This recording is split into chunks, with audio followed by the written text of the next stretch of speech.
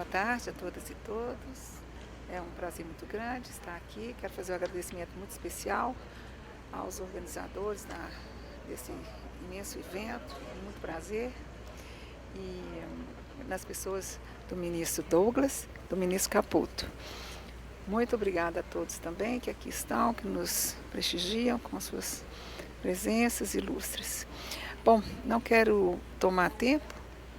A tarde de hoje é dos nossos palestrantes, painelistas. Eu vou iniciar então com o Dr. Renato de Souza Correia. Seremos 3 painelistas. Eu, como mediadora, vou ver se há alguma necessidade, alguma oportunidade de uma intervenção. Dr. Renato de Souza Correia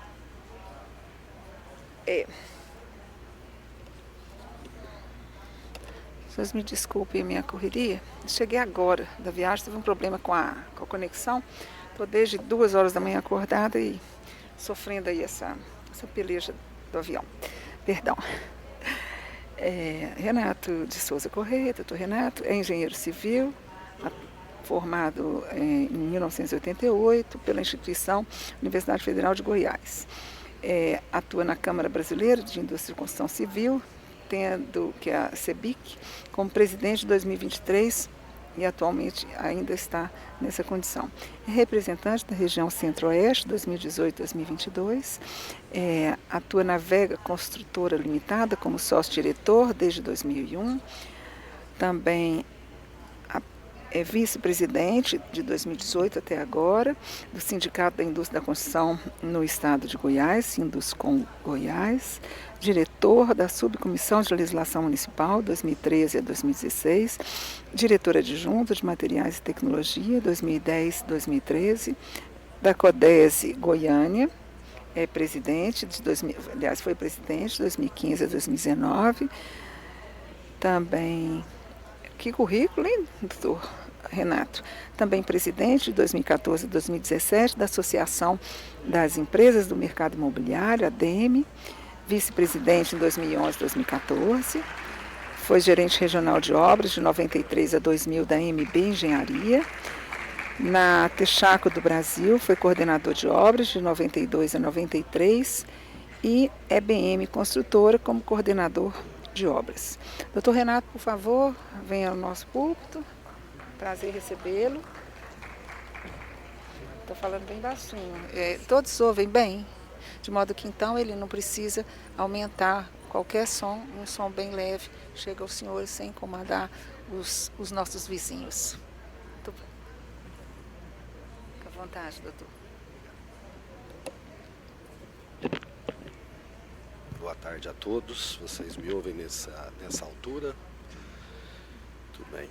Queria agradecer o convite ao ministro Douglas Alencar, ter nos oportunizado essa possibilidade de estar aqui hoje, falando em nome da Câmara Brasileira da Indústria da Construção.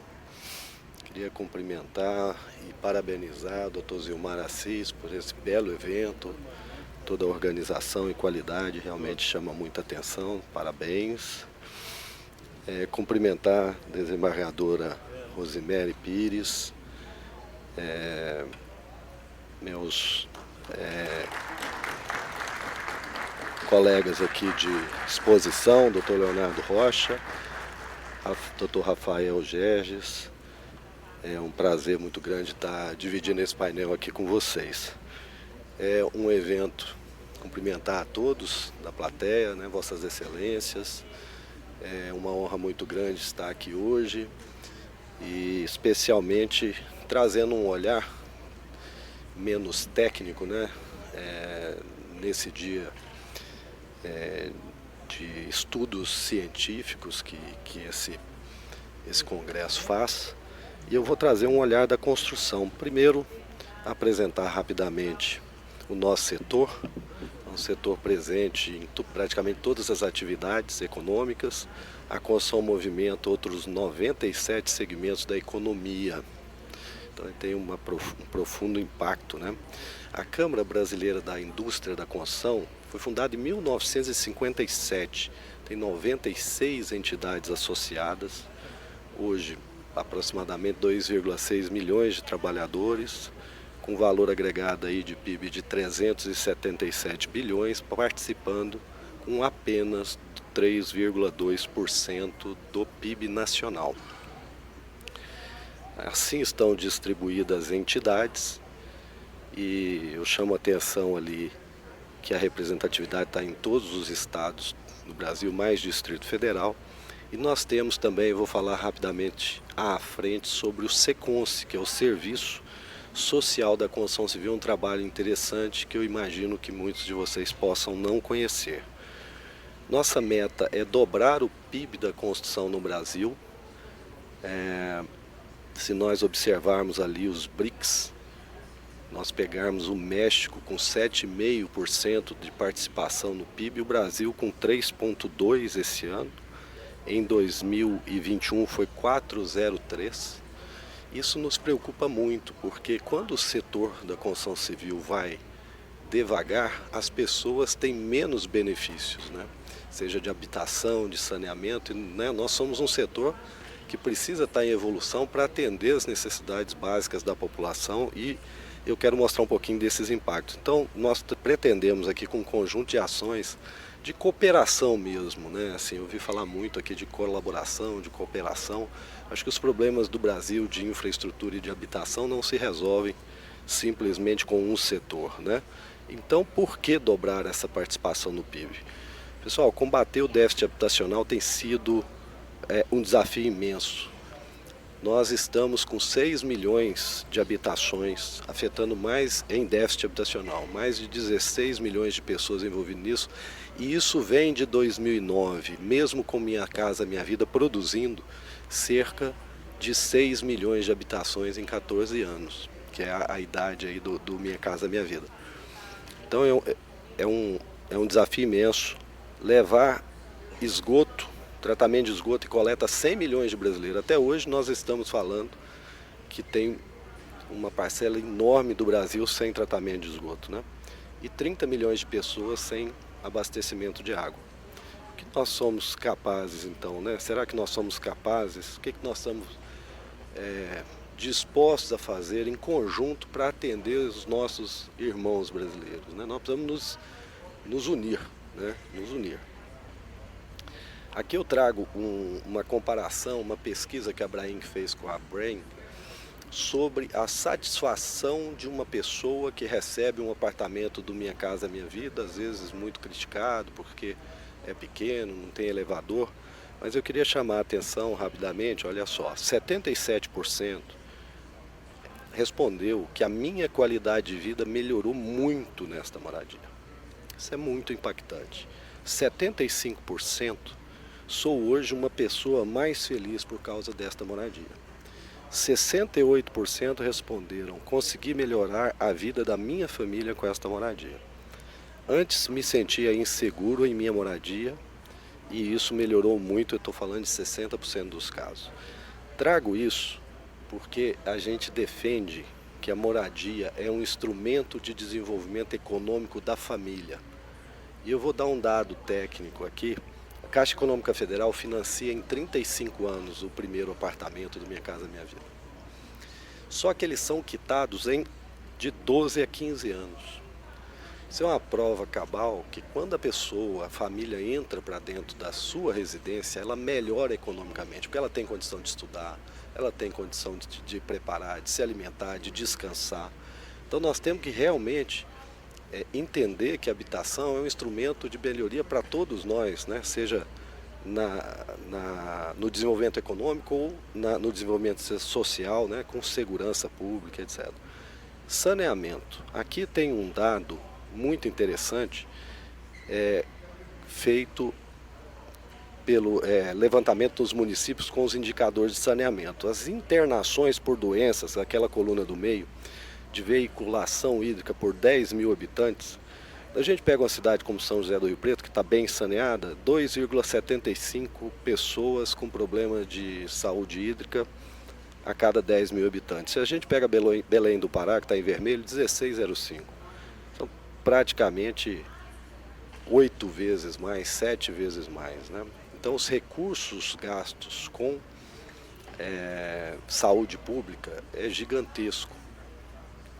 E aqui um pouco da taxa de investimento em infraestrutura no Brasil. Nós perdemos praticamente de todos os países da América Latina, né?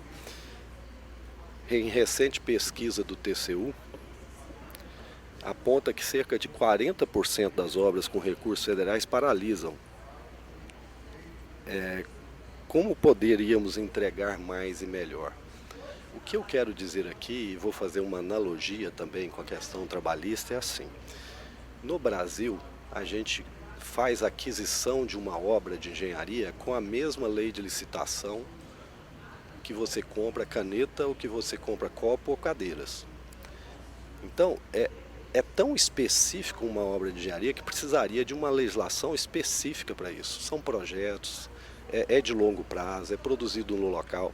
Então a gente defende que tem que ter um tratamento específico para aquisição de obras de engenharia no país, e essa ideia está evoluindo e eu queria compartilhar com vocês aqui.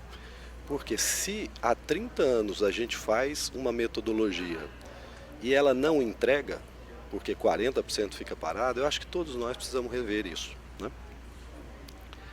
E aqui eu vou entrando um pouco na questão da mão de obra, que também tem dados muito interessantes. O número de pessoas ocupadas na construção civil no Brasil é de aproximadamente 7,1 milhões de pessoas na construção. 49% trabalham por conta própria, é como se fosse aquele prestador de serviço que vai em casa trocar um azulejo, não tem proteção nenhuma da legislação, 49%. Com carteira assinada, que são nas empresas, 24% apenas. Que trabalham em pequenas empresas, em informalidade, né, em outras empresas, não sei se pequenas, grandes ou médias, mas na informalidade, sem carteira, 22%, também é um número altíssimo, né? E aquele que se intitula empregador são 5%. Então, 49% somando 46%, né, 24% com 22%, são empregados com e sem carteira, e por conta própria 49%. No Brasil se comporta da seguinte forma, né? São 91 milhões de ocupações, acho que agora batemos 100 milhões, mas 28% são pessoas que trabalham sem a proteção da legislação. 43% com carteira, 23% sem carteira e 5% são empregadores. Vejam, pessoal, que o que eu quero chamar a atenção aqui no Brasil é o seguinte, há muitos anos a gente vem aplicando a mesma metodologia igual para todas as empresas. São 147 mil empresas da construção ativas no Brasil hoje. 58 mil de edificações, infraestrutura de 15 mil, ali eu estou pegando 2021, e 73 mil de serviços terceirizados, né? Ou serviços especializados. E o interessante é que em 2021, 92% dessas empresas têm menos de 30 funcionários. Quase 93%. Então, as empresas no Brasil, pelo menos quando a gente fala de construção civil, são muito pequenas. Mais um dado interessante, a construção aqui, geração de novos empregos. A construção detém 6% dos empregos do país, mas gerou de janeiro a setembro de 23, 15,21% dos empregos. O que o setor faz adicionalmente pelo trabalhador? Nós temos o Serviço Social da Construção Civil, que recolhemos em alguns estados 1% da folha de pagamento, onde nós pudemos investir 135 milhões de reais em 2022, com 309 mil beneficiários, 317 mil consultas, 127 mil consultas odontológicas, 787 mil exames complementares. O Sequência é como se fosse o SESI, né, do caso da construção civil, onde a gente aplica 1% voluntariamente, mas acertado em convenção, naqueles estados onde eu mostrei no início. Então é importante que vocês saibam que nós temos um serviço sistemático de atendimento ao trabalhador da construção civil. E eu já vou me encaminhando para o final, desembargadora, com algumas reflexões que eu queria colocar para vocês, talvez até polemizar um pouquinho aqui, né? Nós estamos aí com a CLT desde 1943, com uma reforma robusta agora em 17, né? E depois de 80 anos de vigência, 6 anos de reforma, a informalidade continua muito representativa e resiliente no país. São 46 milhões de pessoas sem a proteção de tudo isso que a gente está discutindo aqui. E onde ocorre a informalidade? Seria nas micro e nas pequenas empresas? Então, será que esse regramento cabe indistintamente a todas as empresas ou nós deveríamos pensar em algo gradual, em algo diferente que pudesse trazer para a formalidade uma massa gigantesca de pessoas que ficam sem investimento em treinamento, sem qualificação, né, sem a proteção do Estado, né? Então, é essa reflexão que eu gostaria de trazer aqui nesse fórum muito especial. E aí eu já falei o que vinha na sequência, né? E finalizar um pouquinho com essa polêmica que está tendo nessa semana sobre a desoneração da folha de pagamento, né? Eu acho que é um dos caminhos para a gente melhorar a questão das receitas do Estado sobre a informalidade. A diferença é o seguinte: o INSS é recolhido em cima da folha de pagamento com a taxa de 20%, ou de 1 a 4,5% sobre a receita. Essa é a briga do governo, né, com o Congresso hoje sobre qual metodologia adotar. A desoneração permite essa flexibilização, que a empresa escolha sobre recolher em 20% sobre a folha ou sobre a receita. E é sobre a receita, com o uso do PIX, que fica aqui uma reflexão para a gente, né? Quando se paga a informalidade, seja no formal, pode ser sobre a receita, e no informal nós temos hoje o advento do PIX, que pode ser pensado como trazer receita para o INSS, para o FGTS e incluir esse trabalhador no nível da formalidade, né? Uma vez ele sendo formal, fica muito mais fácil das empresas poderem reconhecer aquele trabalho sem ser um ônus para a empresa e entender realmente o trabalhador como um ativo da maior importância e que é ele que resolve os problemas. Eu já vou me encaminhando para o final, já agradecendo a atenção de todos vocês e estando à disposição para eventual intervenção. Muito obrigado aí.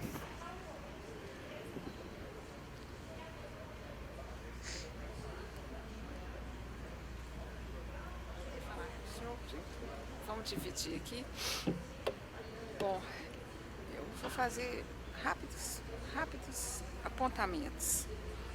Me impressiona o senhor dizer que somos 7,1 milhões de trabalhadores na construção, que 48% tem carteira de trabalho. É um número até bastante significativo. É bastante significativo, porque o nosso contingente de profissionais de carteira de trabalho vem apresentando um declínio ao longo dos últimos anos. O senhor disse que 6% dos empregos no Brasil é a composição que a construção civil tem a apresentar para esse bojo de trabalhadores no Brasil, no entanto, ela gerou 15%. Portanto, é um segmento da nossa economia que realmente precisa do cuidado todo especial que o senhor disse. Eu vou fazer uma pergunta para o senhor, mas não sem antes dizer que eu apurei que nós temos um número enorme de acidentes de trabalho envolvendo a construção civil. Acredito que isso seja decorrência exatamente dessa desqualificação de trabalhadores. E acredito ainda que falta às empresas uma maior possibilidade de investir em equipamentos de proteção. Os senhores integram o ramo de trabalho de empresas que tem que ter um volume enorme de NRs a serem aplicadas, muito grande. E eu sei também que os equipamentos de proteção são muito caros. Equipamentos ligados à altura, aquela NR de edificações, é para os senhores também bastante complicado, até porque muitos equipamentos os senhores dependem de produtos estrangeiros. Quando o senhor diz, é preciso que haja uma legislação que pudesse realmente ter uma maior atenção ao nosso segmento econômico, e tem mesmo, porque moradia é um direito social previsto, dentre outros, no artigo 6º da Constituição Federal, e considerando que hoje é considerado uma atividade de risco acentuado e, portanto, gerando a responsabilidade objetiva no sentido de que a culpa já é presumivelmente do empregador, eu pergunto ao senhor, quando o senhor se refere à necessidade de uma legislação mais cuidadosa no ramo, o senhor tem uma ideia, ainda que resumidamente, o senhor pode nos dizer que ideia o senhor tem dessa legislação melhor aplicável à situação? Doutora Eleonora, né? É assim, ó, só voltando num ponto, são 49% sem carteira assinada, né? Que trabalham por conta própria, fora de empresa. Então, um primeiro destaque que eu faço é quando há a contabilização dos acidentes de trabalho, ela é feita em cima do total, entendeu? Então, 49% tem muito mais risco, que é isso que eu estou querendo chamar a atenção aqui, que a gente precisa trazê-los para a formalidade. Só que é impossível trazê-los para a formalidade com uma regra que se aplica à JBS, que eu estou vendo ali, ou uma empresa pequenininha, né? Então, eu não sei qual é a solução. Hoje eu vim aqui realmente colocar só as perguntas, né? Eu acredito que, tecnicamente, a gente deveria tentar trazer essa turma para a formalidade. Por que isso? Quando você traz toda essa massa para a formalidade, você pode treinar, você pode manter, né? De alguma forma, a empresa vai tratar esse funcionário com o cuidado necessário, essa é a palavra. Nós só temos em empresas 24%. Então, todo o esforço de fiscalização é feito em cima de 24%. Agora eu chamo a atenção por mais um ponto. Das 147 mil empresas, 90% são micro e pequenas, elas não são fiscalizadas. Eu vi que o senhor falou que são três trabalhadores. 30, né? Assim, são abaixo de 30, dão 92%. 92% dos trabalhadores, está aqui, ó, o telefone. 92% dos trabalhadores estão em empresas com menos de 30 funcionários. 93% das empresas têm menos de 3 empregados. Menos de 30. Menos de 30. Menos de 30. Menos de 30. Então, são pequenas empresas pulverizadas no Brasil todo.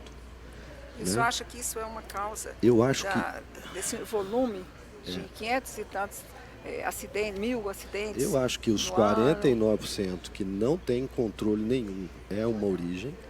Muitas empresas que não são fiscalizadas, e mesmo que fossem, certamente não teria condição de trabalhar. E a gente concentra, eu garanto para a senhora que as empresas que estão com mais de 100 funcionários, elas têm todo um rito. Tem todo o rito, até porque são muito fiscalizadas. Elas têm todo o rito. Ali não tem esse índice de acidente, né? E é muito preocupante porque nós, além de cuidar das pessoas, nós dependemos dela para fazer as coisas para as outras pessoas, né? Eu mostrei aqui que a habitação, nós estamos enxugando gelo. Saneamento não se faz. Isso reflete no país inteiro, né? Então é isso. Acho que são essas muito obrigada, senhor. Muito obrigada. Prazer. Muito obrigada. O senhor pode retomar seu lugar. Deixa eu ver se eu entendi quem será o próximo.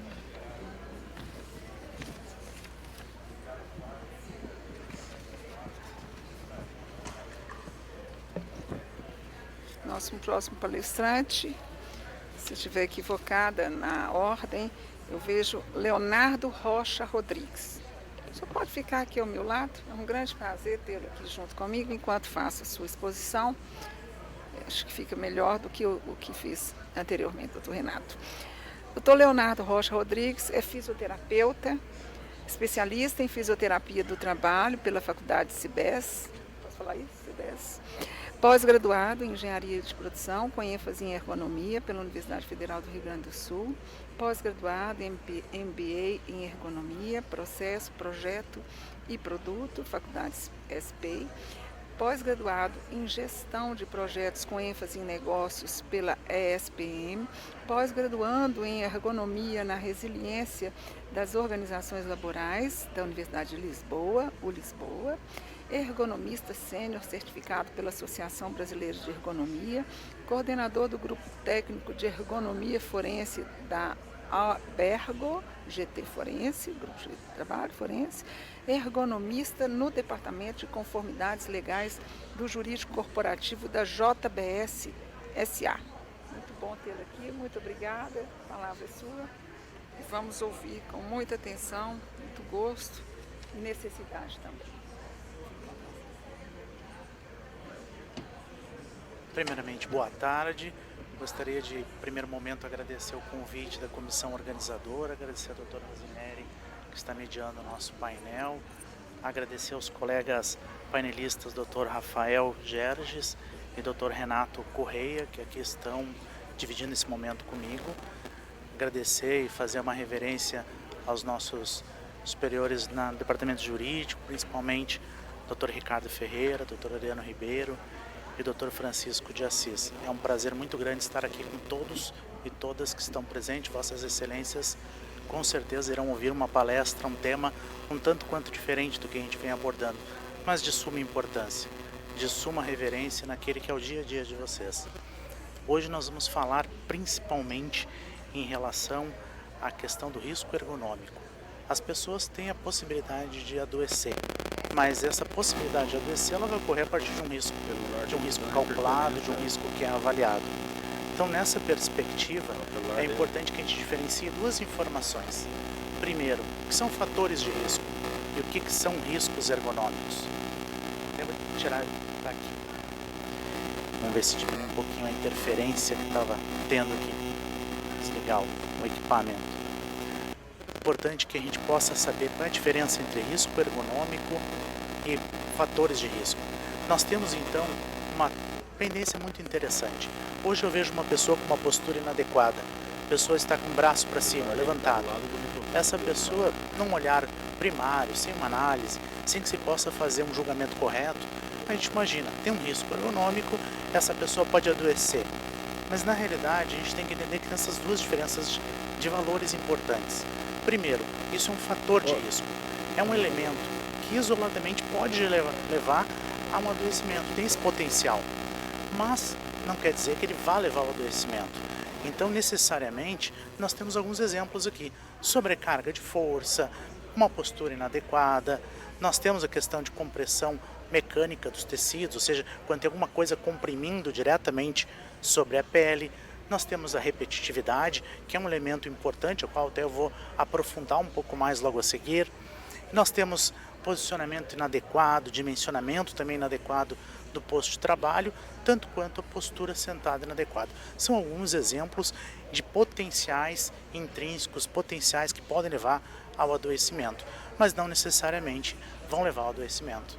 Aí vem um segundo conceito muito importante para que a gente possa esclarecer a vossas, que é especialmente em relação ao risco. Risco, na realidade, é a combinação da probabilidade de acontecer uma lesão ou um agravo à saúde. E essa combinação, ela vai se dar principalmente quando se avalia as exigências do trabalho, não de uma forma simples, mas sim de uma forma completa, na qual a gente vai observar uma série de fatores. Fatores esses que tem que ser levado em consideração a atividade real desempenhada, como, por exemplo, algumas questões que são importantes. Com entender a região anatômica, nós temos que entender qual é a parte do corpo que estamos falando. O que está exposto ao risco? É o punho? É a coluna? É a perna? Qual é o ponto exatamente? Muitas vezes a gente vê nas perícias perito ou alguma pessoa que está fazendo ali a sua declaração em relação ao trabalho, dizendo, não, é a empresa A, B, C, não cumpre a legislação, não cumpre a NR17, ou tem alguma outra consideração. Necessariamente eu tenho que avaliar a região que eu estou querendo entender o adoecimento para que possa se ver se isso tem alguma relação ou não com o trabalho, não necessariamente somente ligado a um fator legal específico. A intensidade desses fatores, a pessoa tem uma intensidade maior, uma intensidade menor, como isso ocorre? Isso é fundamental que a gente faça essa análise. Nós temos que entender como se organiza o tempo dessas pessoas. Ora, tempo de trabalho, são 6 horas de trabalho, são 8 horas, é um tempo dedicado àquela tarefa, de quanto tempo exatamente. Nós temos que entender também quanto tempo ao longo do dia, que está diretamente relacionado a este fator de risco. Imaginem que são fatores extremamente importantes, fatores inclusive que estão em documentações, como por exemplo a Instrução Normativa número 98 de 2003 do INSS, que fala justamente sobre adoecimento. Mas a gente está comentando isso, fazendo essa introdução importante para que vocês possam entender o que permeia o próximo assunto depois que nós vamos falar, que são as ferramentas em ergonomia. As ferramentas, na realidade, que são utilizadas para ajudar a quantificar o risco, para ajudar a quantificar essa possibilidade de adoecimento. E essas ferramentas são muito importantes, são muito válidas, mas todas elas têm limitações. A gente tem que lembrar que são pontos de apoio, são ferramentas que auxiliam, que nos ajudam a conferir, a fazer uma análise do trabalho desempenhado. Contudo, toda ela foi desenvolvida numa certa situação específica, uma finalidade específica. Vou dar um exemplo, atividade, ferramenta que nós vamos falar a seguir, que é o checklist Okra. Ela serve para avaliar repetitividade, não serve para avaliar postura, não serve para avaliar manuseio de peso. Então, todas elas têm considerações específicas e têm restrições específicas. E nós temos que estar atentos a cada um desses pontos. Outro fato é que cada ferramenta tem um risco, que indica mais alto, mais baixo, médio. Contudo, isso são apenas indicadores. Nenhuma ferramenta, absolutamente nenhuma ferramenta é capaz de analisar a complexidade do trabalho. O trabalho é extremamente complexo, com muitos vieses, com uma organização muito específica. A ferramenta ajuda como norteador, mas ela não é a única coisa que determina se um trabalho tem uma probabilidade ou não de adoecimento. Pensando nisso, eu trouxe para vocês um tema altamente relevante, porque é uma ferramenta muito utilizada no judiciário, que é o checklist Okra. Talvez a ferramenta mais utilizada hoje no judiciário para avaliar ritmo de trabalho. Uma das características muito importantes dentro dos processos aos quais a gente acompanha. Essa ferramenta, ela foi criada lá na Itália, 2 pesquisadores, Daniela Colombini e o Enrico Tipinti, em 1996. Ela tem o foco em avaliar apenas o membro superior. Então ela não avalia coluna, ela não avalia pescoço, ela não avalia outras partes. Ela avalia apenas os membros superiores. E ela contempla vários fatores para definir esse risco, como por exemplo intensidade, tempo de exposição, a questão da postura e até fatores complementares. Isso vai formar um cálculo. Como vocês podem ver na tela, o cálculo é dado pela frequência, mais a força, mais a postura, mais fatores adicionais, mais fatores complementares, mais o tempo de exposição, e aí sim nós teremos a probabilidade de adoecimento. É uma ferramenta bastante ampla, traz bastante análises na sua composição e ela indica na sua parte de baixo, como tem a tabela, a possibilidade de adoecimento. O que há de novo nesta ferramenta? Que, relembrando, é uma ferramenta que ajuda a identificar a possibilidade de risco, mas não é a única condição. O que há de diferente nessa ferramenta? Há de diferente que ela foi atualizada e ela trouxe muitas novidades que a gente vai falar a partir de agora. Essa ferramenta também ela vem sendo utilizada não só no judiciário, mas ela é parte, como fiel validador pelo Ministério Público, de muitos acordos.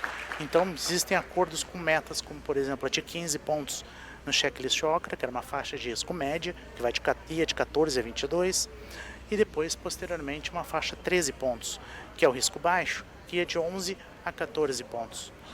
Essa ferramenta passou, na realidade, por uma atualização. Lá em 2012, 2013, ela já tinha sofrido uma primeira modificação, mas que não chamou tanto a atenção das pessoas.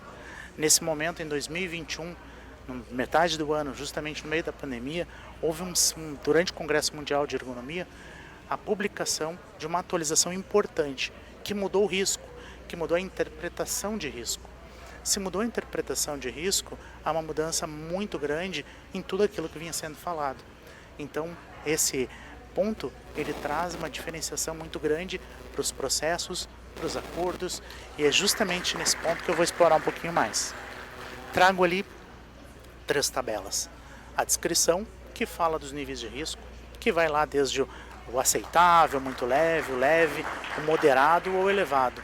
Na próxima coluna, as informações que eram originais, ou seja, no checklist original, a ferramenta original trazia até 7.5 nesta ferramenta se tinha um risco leve, aceitável, muito leve até 11 pontos, leve de 11 a 14 e de 14 a 22 era médio, acima de 22.6 era elevado. O que houve de atualização nesse ponto? A atualização tratou-se no risco médio, a qual ela tratou então a partir de agora, a partir de 2021, trazer 11 pontos até 16 pontos como risco leve e não mais de 14 a 16 como risco médio. Isso pode parecer pouco, pode parecer simples, mas é extremamente importante, porque tem um detalhe que aqui não estava considerado. Essa mudança comprovou que o risco estava superestimado, como eu vou mostrar a seguir. Então a gente imagina que eu tenha as 2 tabelas comparativas, né? Anteriormente se dizia que de 11 a 14 pontos tinha um adoecimento previsto na população de 8,5% a 10,7%. Mas na realidade, agora é declarado que de 11 a 16 pontos, ou seja, uma amplitude muito maior de faixa de risco, ele adoece de 9,4% a 11,6%. Então houve essa mudança importante e essa ampliação dessa faixa de risco para enquadrar a mesma faixa de adoecimento aproximado. Isso é uma evidência muito importante que o risco era superestimado. E todo risco que foi avaliado superestimado, ele deve ser repensado, revisto, recalculado. Da mesma forma, na mesma tabela a gente pode comparar que antes o mesmo risco médio que iniciava em uma faixa mais alta, iniciava lá no 22, né, de 14 a 22, ele mostrava um adoecimento de 10,8 a 21,5. E agora a faixa começa mais alto, começa em 16, vai até os mesmos 22,5, só que de 11 a 17. Como que eu tenho uma faixa mais alta de risco e uma menor previsão patológica? Mais uma amostra que também estava superestimado essa consideração dos adoecimentos. Da mesma forma, a gente chega na última etapa do risco elevado. Antes se dizia que se o risco elevado previa 21% ou mais de adoecimento. Só que agora eles preveem que pode chegar a 15%. É uma diferença enorme a gente dizer que é mais de 20%, mais de 21,5%, e de repente se fala que é 15%. Então a ampliação da investigação que determinou esses resultados, uma base maior de dados, trouxe uma informação muito relevante que de fato a gente tinha um superestímulo. Havia ele era superestimado. Outro fator importante que nos chama a atenção, né, é que hoje a faixa média, que vai de 16 a 22, moderado risco, prevê adoecimento até 17%, mas o risco elevado prevê até 15%. Então há conceitos aqui que não estão totalmente esclarecidos. Por que é importante colocar essa discussão em voga, que a gente possa trazer isso para conversar, que a gente possa trazer isso para, né, nesse momento aqui, discutir com vocês que são especializados na área, que discute diretamente o ritmo de trabalho. Não há como a gente imaginar que o risco feito antes dessa atualização, com uma banco de dados menor, ele esteja correto do mesmo ponto de vista que temos hoje, um banco de dados muito maior. Então, todo e qualquer momento de discussão, há necessidade de uma revisão, há uma necessidade de se observar, há uma necessidade de repactuar, os próprios acordos antes feitos têm oportunidade de serem rediscutidos. A gente imagina, tecnicamente, que tudo aquilo que é calculado, se tem uma previsão diferenciada, que foi feito com base na técnica, que foi feito pelos próprios autores, deve ser revisto. Pensando nisso, indo para o encaminhamento final, gostaria de relembrá-los mais uma vez o quão importante esse tema é, desde o conceito inicial que eu comentei sobre o adoecimento, entender que o adoecimento não é uma coisa única e simples, e sim baseado no risco, que é um cálculo bem mais complexo e que precisa ir no local de trabalho e que precisa fazer uma boa perícia, uma boa avaliação, tanto quanto essa ferramenta extremamente importante, extremamente utilizada, que está aí com um resultado diferenciado e que pode sim ser revisto, deve ser tecnicamente reavaliado. Agradeço demais a contribuição de todos aí, fico à disposição. Essas partes da conclusão já havia, inclusive, comentado, e dentro do meu tempo, faltando 20 segundos, eu libero para nossa moderadora fazer as perguntas que desejar. Muito obrigado.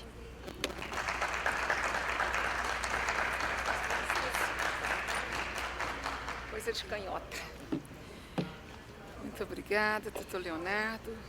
O senhor trouxe esclarecimentos e, ao mesmo tempo, me instigou algumas dúvidas. Eu quero que o senhor compreenda, acredite, que meu objetivo não é de maneira nenhuma colocar em condição vexatória a JBS, não, nós sabemos a importância dela no cenário econômico brasileiro, mas eu acho que o senhor pode ter aqui uma boa oportunidade de nos esclarecer algumas questões que nos chegam ao judiciário, através de ações civis públicas ou mesmo informações sobre atuações do Ministério do Trabalho, em seu trabalho comum de atuação. Bom, eu me lembro de já ter visto ação civil pública envolvendo questão de umidade e frio, por causa do frigorífico, porque o JBS basicamente trabalha com abate e frigorífico. Me lembro de já termos problemas com jornadas extenuantes e, com isso, também sobrecarga de peso, gerando doenças relacionadas à coluna, enfim, questão ergonômica, que é a sua área. Nós já vimos problemas com intoxicação por amônia, e não é incomum haver, é claro que não é rotineiro, mas não é incomum nós termos notícia de vazamento de amônia intoxicando os trabalhadores. Pelo que eu tenho informação, se estiver errado, o senhor me corrige, mas há uma certa persistência desses problemas na JBS e a JBS é qualificada em risco 3. Eu pergunto ao senhor, considerando esse número de risco 3, já que o limite máximo é 4, considerando ainda a questão da responsabilidade objetiva, que será sempre a minha indagação junto aos senhores, o senhor acha que há hoje um trabalho da parte da JBS em que sentido, no que se refere a uma redução do risco acentuado, exatamente para que não se vislumbre a responsabilidade objetiva em tantas atividades realizadas pela JBS? O senhor pode me esclarecer? Sim. Bom, consegue me ouvir? Eu tirei o fone aqui. Bom, primeiramente, gostaria de agradecer a pergunta. E a JBS tem inúmeras equipes em todos os seus níveis, em todos os seus negócios, com foco sempre no mais alto nível de resolução dos problemas e das dificuldades que possam ocorrer. São investidos todos os anos um valor muito elevado na parte de segurança e saúde, tanto quanto desde o nível da fábrica lá, chão de fábrica, até no desenvolvimento de novas tecnologias e no desenvolvimento das melhorias de forma contínua. Nós desenvolvemos e lutamos e pesquisamos e participamos em muitos fóruns.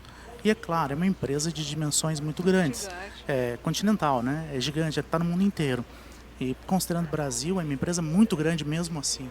Dentro desse contexto muito grande, em cada região, sempre existem diferenças de interpretação, diferenças de ponto de vista, seja do órgão que está fiscalizando conosco. A JBS jamais furtou-se de fazer a investigação ao mais profundo nível, com o melhor nível de solução, com o maior nível de investimento para solucionar.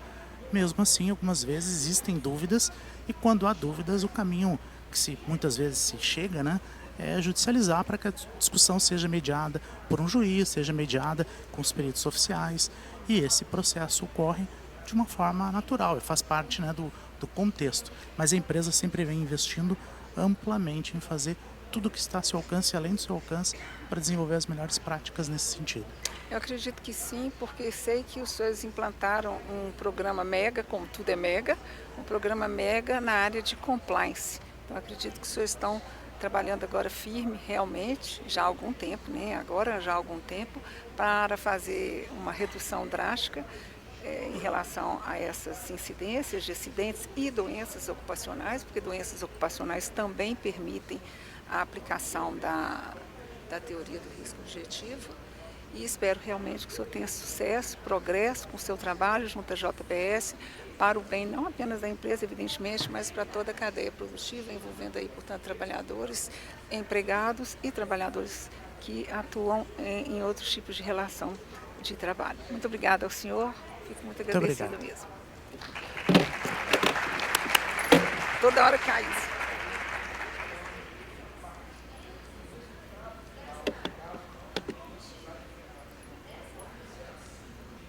Ainda não estou bem resolvida com isso, não.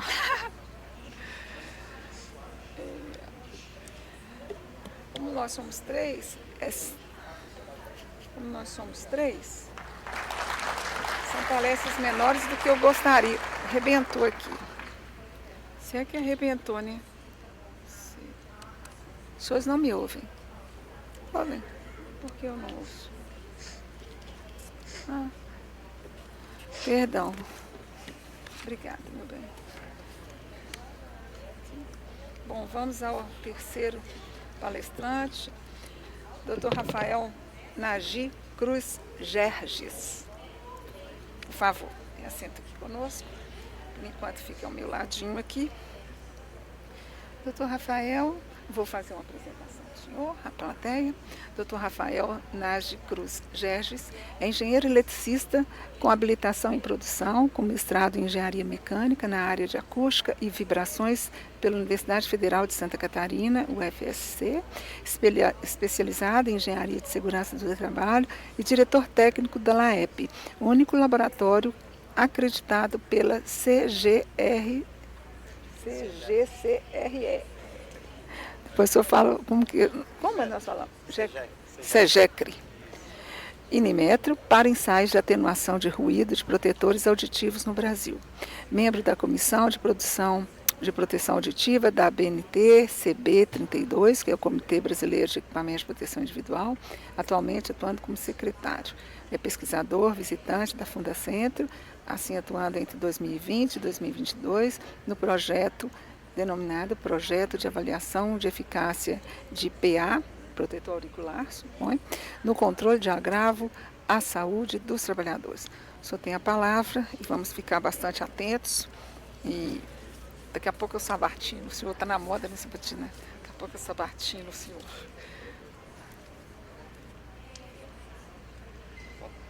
Muito obrigado, é um prazer estar aqui.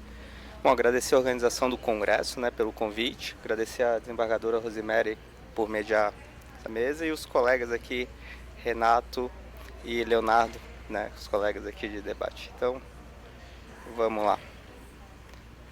Bom, a gente tem uma decisão do Supremo, que é o ARI, o Agravo de Recurso Extraordinário 664335 de 2015, na qual o tribunal teve duas decisões quanto ao uso do EPI. A primeira é que, se o EPI for eficaz em neutralizar ou reduzir o agente de risco, o trabalhador não terá respaldo constitucional à aposentadoria especial. E nisso veio uma segunda decisão, que é o seguinte: na hipótese de exposição do trabalhador a ruído acima dos limites de tolerância, a declaração do empregador no âmbito do PPP, o famoso PPP, da eficácia do EPI, não descaracteriza o termo especial para aposentadoria. O que isso quer dizer? Mesmo que o trabalhador esteja exposto a níveis de ruído acima do limite de tolerância, quando a gente olha lá o anexo 1 da NR15, que é os 85 decibéis dBA para 8 horas, mesmo que ele use o protetor auditivo, ele terá direito à aposentadoria especial. Dito isso, quando a gente fala de protetores auditivos ou eficácia de protetores auditivos, a gente tem dois caminhos para ir. Um é a própria legislação, que ela vai entregar requisitos na qual a empresa tem que implementar para ter um sistema para que esse trabalhador, mesmo utilizando o protetor auditivo, ele consiga reduzir esse risco, ou neutralizar, reduzir a intensidade do risco ou neutralizar esse agente. E temos hoje também tecnologias.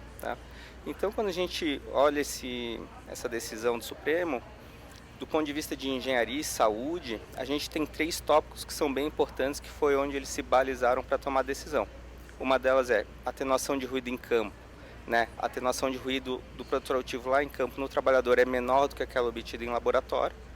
A transmissão do ruído ele passa pelo nosso corpo, o nosso corpo absorve parte dessa energia acústica. e os efeitos extra-auditivos ou não auditivos, né, que são chamados de non-auditory effects. Então, o objetivo da palestra hoje é falar um pouquinho sobre esses 3 tópicos, tá? Trazendo o que há de novo em termos de tecnologia, tá? Que foram desenvolvidos nessas últimas 2 décadas, e alguns estudos científicos também que falam sobre essa questão da transmissão do ruído via os tecidos e dos efeitos extra-auditivos. Quando a gente fala então de legislação, a gente já tem uma legislação bem madura aí no que trata a exposição ao risco ocupacional. Então a gente tem a NR1 que fala de medidas de controle coletivo e treinamento, a NR6 que trata só de EPIs, né, que é a responsabilidade da empresa entregar EPI, motivar, cobrar, ensinar, treinar o trabalhador a usar o EPI. Tem a NR7 de saúde e a NR9 de engenharia, né, avaliar e quantificar os riscos. Quando a gente junta essas 4 NRs aí no tema ruído, exposição ao ruído, a gente nada mais tem do que um programa de conservação auditiva. E aí a gente tem esse guia de um programa de conservação auditiva, que é um guia publicado pela Fundacentro, que é uma autarquia do governo federal, na qual eu tive o prazer de trabalhar, na qual diz lá os requisitos mínimos que a empresa tem que atender para ter um PCA, que a ideia do PCA, o objetivo é o quê? É reduzir aí o número de perdas auditivas ocupacionais desses trabalhadores. Quando a gente fala de protetor auditivo no ambiente de trabalho, a gente tem 4 caminhos de transmissão desse ruído, tá? Usando o protetor auditivo.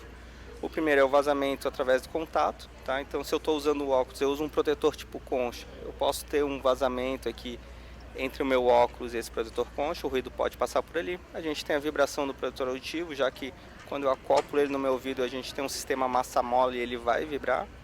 E o 3 é a transmissão através do material, ou seja, não é o material não é perfeitamente isolante acústico, que nem uma porta, uma parede, uma janela. Então parte do ruído ou parte da energia acústica passa por esse material e chega do outro lado, né, que é o nosso ouvido.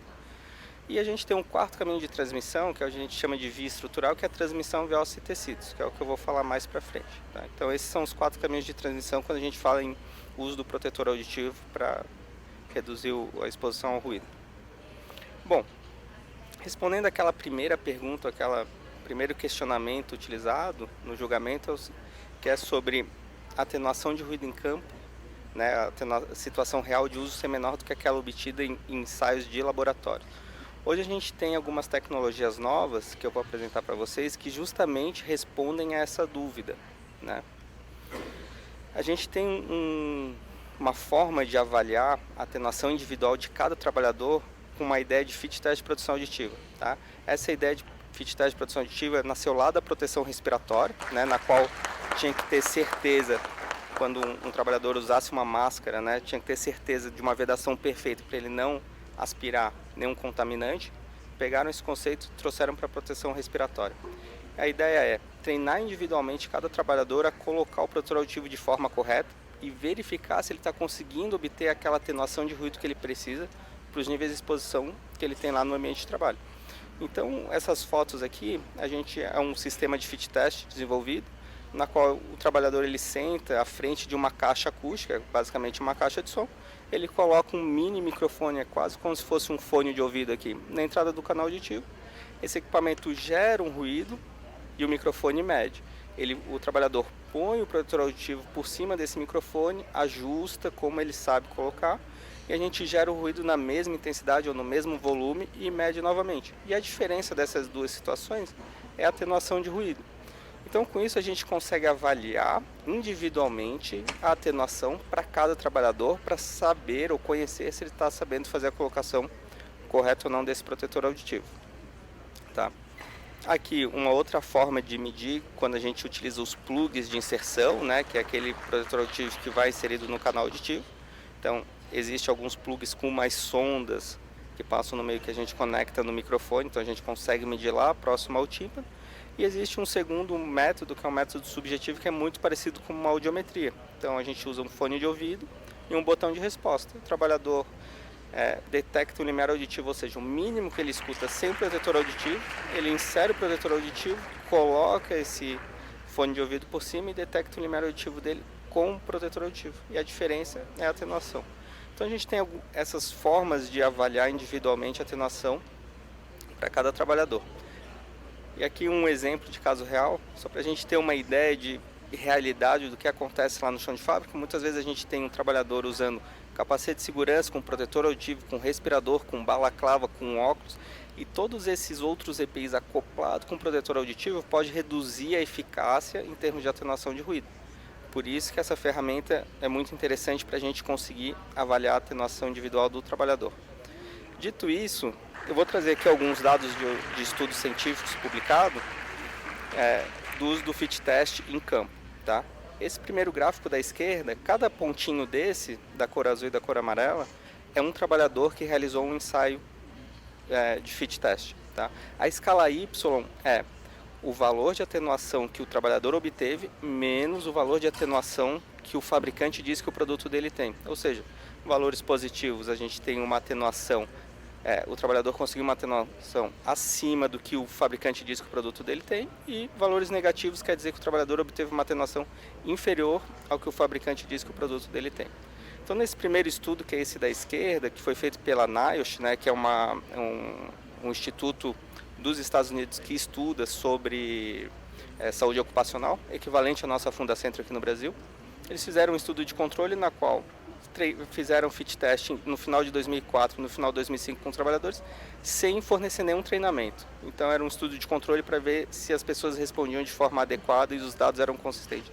Agora esse gráfico da direita, a gente tem um resultado de um estudo realizado na China, tá? Que foi inclusive com a Wei Gong, que hoje ela trabalha na NIOSH nos Estados Unidos, na qual eles foram numa indústrias chinesas e fizeram um treinamento de fit test com esses trabalhadores. Após isso, na sequência, eles treinaram o trabalhador a fazer a colocação do protetor auditivo e fizeram novamente o fit test. E a gente vê que essa massa de trabalhadores, que eram os pontinhos azuis ali antes do treinamento, como eles migraram, ficaram muito mais concentrados, que são esses pontos amarelos, e próximos, né? Então, em geral, a gente fala que a média dos trabalhadores conseguiram obter uma atenuação de 10 decibéis a mais do que o fabricante diz que o produto dele tem. Claro que a gente pode olhar e a gente tem alguns pontos fora da média, né, ou muito longe da média, os outliers que a gente chama. Por exemplo, esses outliers que estão para baixo são casos que a gente precisa estudar aí para verificar o que está acontecendo, né, se talvez esse protetor auditivo não seja adequado para eles. Aqui um outro estudo que foi feito no Corpo de Fuzileiros Navais dos Estados Unidos. Aqui a ideia era usar um sistema de fit test com 3 metodologias de treinamento. As bolinhas azuis que olha, o militar chegava para fazer o fit test, coloca o protetor auditivo, como é que tu sabe, sem nenhuma orientação. Num segundo momento, que são as bolinhas, os quadrados vermelhos, o protetor auditivo foi colocado por uma pessoa experiente, né, que sabia fazer a colocação nesse militar, e fizeram o ensaio de novo. Depois uma terceira etapa que era, olha, militar, agora coloca conforme tu foi orientado. E aí a gente vê que as bolinhas vermelhas estão muito acima das azuis, né?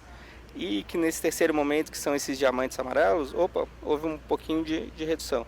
Mas o que esses gráficos nos mostram? Olha, realmente se a gente fornecer um treinamento para esses trabalhadores e motivar eles a fazer a colocação correta do EPI, eles vão conseguir obter a atenuação adequada.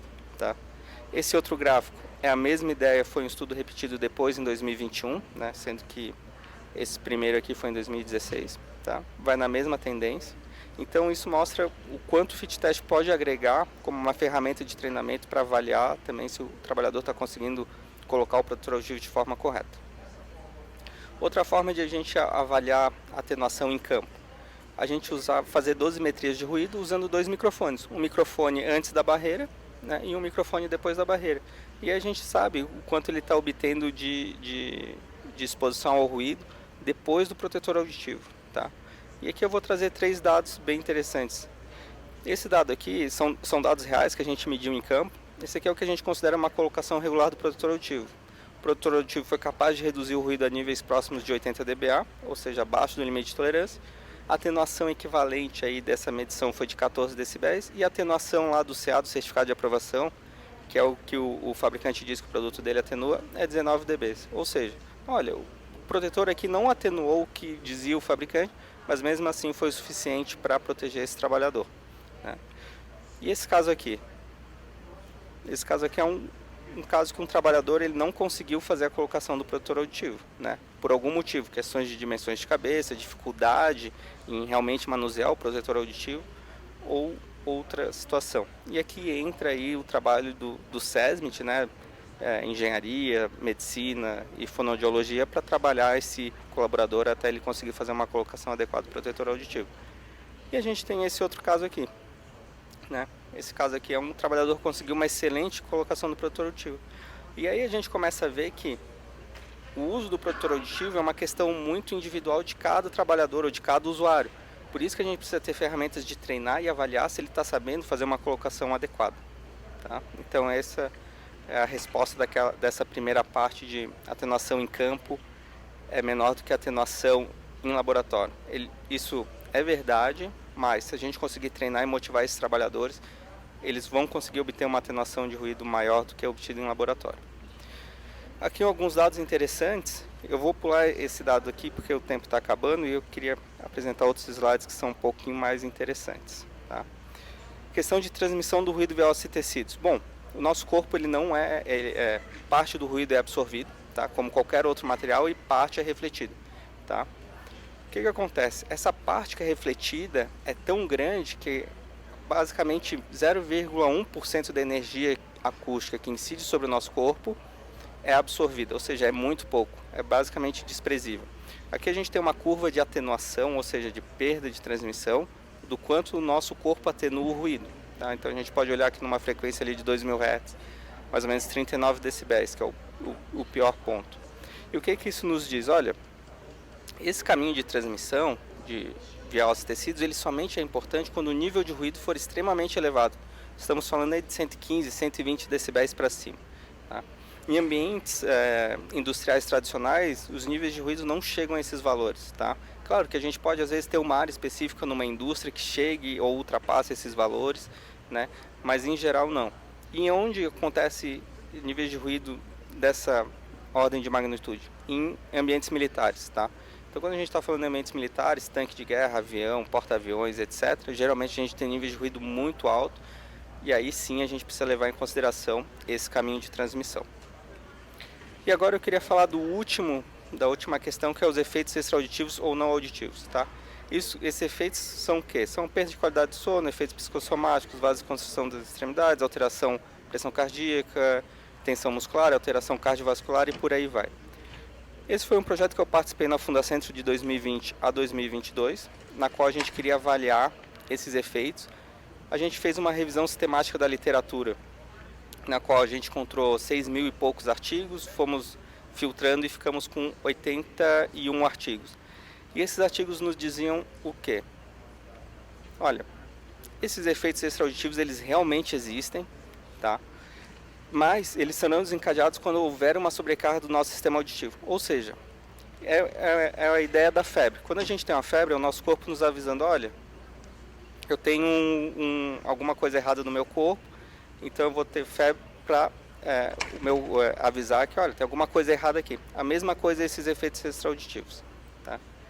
Então, aqui é um último slide sobre um desses artigos que a gente encontrou, que é muito interessante, que ele justamente mostra, olha, se usar o EPI, a probabilidade de tu desencadear esses efeitos extra-auditivos é exatamente igual a uma pessoa que não está num ambiente ruidoso. Ou seja, o EPI, o protetor auditivo usado corretamente, realmente tem a possibilidade de mitigar ou fazer com que não sejam desencadeados esses efeitos extra-auditivos. Muito obrigado.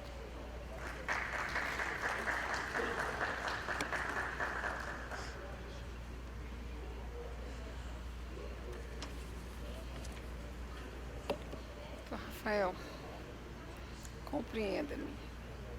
Instigante e quase incômoda a sua apresentação para mim. Ou eu não entendi bem, e aí o senhor me ajuda, por favor, embora o senhor não possa repetir. Eu entendi que o senhor está dizendo que equipamentos não faltam, o problema então estaria no uso adequado por parte do trabalhador. A pior causa ou a maior causa da perda de audição é decorrente não da ausência do equipamento, mas da falta de uso adequado, decorrente não apenas daquele que usa ou rejeita usar ou resiste a usar, como também, evidentemente, daquele que, tendo que determinar a orientação adequada, orientar e estimular, não o faz. É isso mesmo? Exatamente. O protetor auditivo como produto, ele funciona bem. O EPI, ele nunca é confortável. Nunca vai ser confortável a gente usar um EPI, né? E o grande desafio do EPI é a parte da organização do trabalho, da empresa ter uma cultura de ensinar, conscientizar o trabalhador da importância do uso correto desse EPI, né? Mostrar para ele que, olha, tu adoecer aqui, a perda auditiva é irreversível. Exatamente. Isso é muito importante para ti, usa corretamente. Escutar o trabalhador, porque às vezes aquele protetor auditivo, especificamente aquele modelo, aquele tipo, não é confortável para ele. E aí vem o trabalho da fono, da medicina, da engenharia, de escutar o trabalhador e falar, opa, esse protetor auditivo está sendo confortável para ti? E o trabalhador ter essa abertura de falar, não, esse aqui me incomoda, aqui assado, posso tentar usar um outro, e a empresa oferecer um outro protetor auditivo, né? Então, é interessante, né? Porque nós ficamos com duas sensações quase que antagônicas, mas não são. É triste saber que é só isso. E é consolador saber que é só isso. Sim. Porque tantas perdas auditivas, como o senhor diz, irreversíveis, podiam ter sido resolvidas. Os índices que nós conhecemos de perda auditiva de trabalhadores no país é algo absurdo, é realmente vexamoso em termos de Brasil e mundo. Bom, mas eu quero crer que há uma luz no final do túnel, e a luz é exatamente a educação desses trabalhadores. Eu vou fazer a pergunta final para o senhor. Verdade ou mito? Disse que há um posicionamento de que trabalhadores que estão submetidos a excessivos níveis de ruído podem trazer com isso outras consequências de sinistros. E podem trazer essas consequências de sinistros porque eles também estão submetidos a outros agentes. Por exemplo, eles estão submetidos à vibração, vamos lembrar de uma britadeira, ou mesmo um trabalho dos mais comuns em mineração, que eles fazem o corte da rocha, ou então eles estão submetidos à umidade, a uma sobrecarga, e isso é muito comum na siderurgia, então incomoda realmente o aparelho, tem que pensar se é plug, tem que pensar se é concha. A pergunta é verdade que o aumento, a incidência de a incidência de outros agentes insalutíferos potencializa o risco da perda auditiva? Sim. Mito? Verdade. É verdade, é verdade. A gente tem um efeito de sinergia que a gente fala do ruído com outros agentes de risco, como agentes químicos. Então a gente sabe que tem agentes químicos que são ototóxicos, somente da gente tocar, respirar e não entrar pelo canal auditivo, ele causa perda auditiva, tá? E vibração também, porque a vibração, o que acontece? Se o meu corpo vibra, essa vibração vai chegar no meu ouvido médio, meu ouvido interno, e vai excitar o meu sistema auditivo. Então ele também pode causar perda auditiva, porque a perda auditiva induzida por ruído é o quê? Lá dentro da nossa cóclea, que é o nosso ouvido interno, a gente tem pequenos cílios que se mexem. Esses cílios, conforme eles vão morrendo, a gente vai perdendo a capacidade auditiva. Então se a gente está exposto à vibração em elevados níveis, esses cílios vão ser excitados a elevados níveis e vão acabar também Interessante, falecendo. né? Ao longo da vida, todos nós, por um motivo ou outro, temos perda auditiva. E aí o senhor explica que um cuidado maior, quem sabe, na educação básica, poderia já ajudar esses pequenos cidadãos a, quando entrassem no mercado de trabalho, pudessem ser mais cuidadosos com a sua própria saúde e colaborar, portanto, com as empresas na busca dessa prevenção efetiva.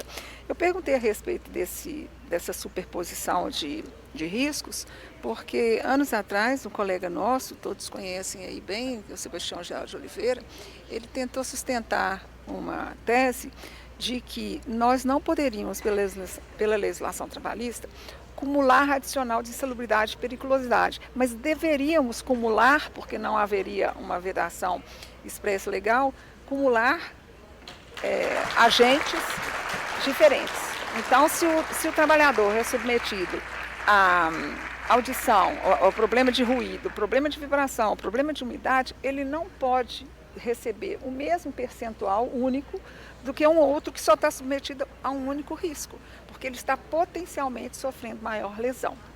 Essa tese não vingou na jurisprudência, mas o senhor me alerta ao fato de que talvez haja necessidade de uma retomada com relação a isso, para que o cuidado maior da prevenção seja realmente algo a centralizar as nossas discussões e evitarmos com isso perdas tão significativas de audição, não só no sentido de uma perda junto ao ambiente laboral, como uma perda social e cidadã, porque a pessoa com perda auditiva realmente tem maiores dificuldades de fazer seus relacionamentos sociais, familiares, de forma mais adequada e ampla. Quero agradecer muitíssimo a sua participação. Obrigado. Parece que eu ouvi bem, né? Porque na dúvida, será que eu estou surda e não estou entendendo? Quero agradecer a toda a plateia. Me parece, queria confirmar com a moça do cerimonial, eu dou por encerrada ou eu faço mais? Dou por encerrado? Dou por encerrado o painel, portanto, fazendo agradecimento a todos os nossos 3 ilustres palestrantes e renovando o agradecimento a toda a administração e do nosso evento, nas pessoas do ministro Douglas e do ministro Caputo, a equipe científica e também ao Zilmar e os demais componentes da administração desse belo evento. Muito obrigada a todos, uma boa tarde.